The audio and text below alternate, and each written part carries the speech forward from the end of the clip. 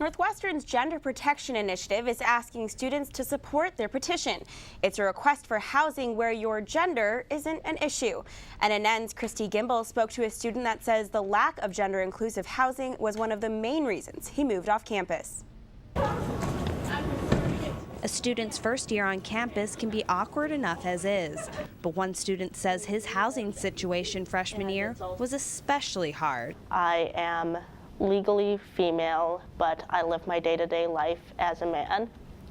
So when I lived on campus, I had to live in female housing. And though Michael Miller says he was lucky to have understanding suite mates, he says the situation wasn't fair to him or those he lived with. What they had signed up for originally was to live in an all-female area, and without their consent, there was a man being placed in their suite. Now Miller and other students are pushing for gender-inclusive housing. He says if the proposal succeeds, it'll allow future students like him to feel more comfortable coming through the door. I would have just felt safer, more comfortable, being myself.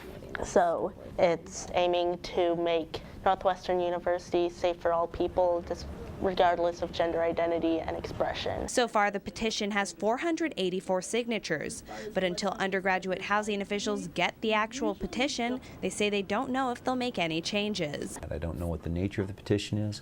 I don't know what the term gender neutral implies. Miller says he and others in the Gender Protection Initiative are asking for a suite, wing, or hall where students can live with no gender restrictions. Mark DiOrenzo says in the end, the decision comes down to the Vice President for Student Affairs. It'll either pass or it won't pass.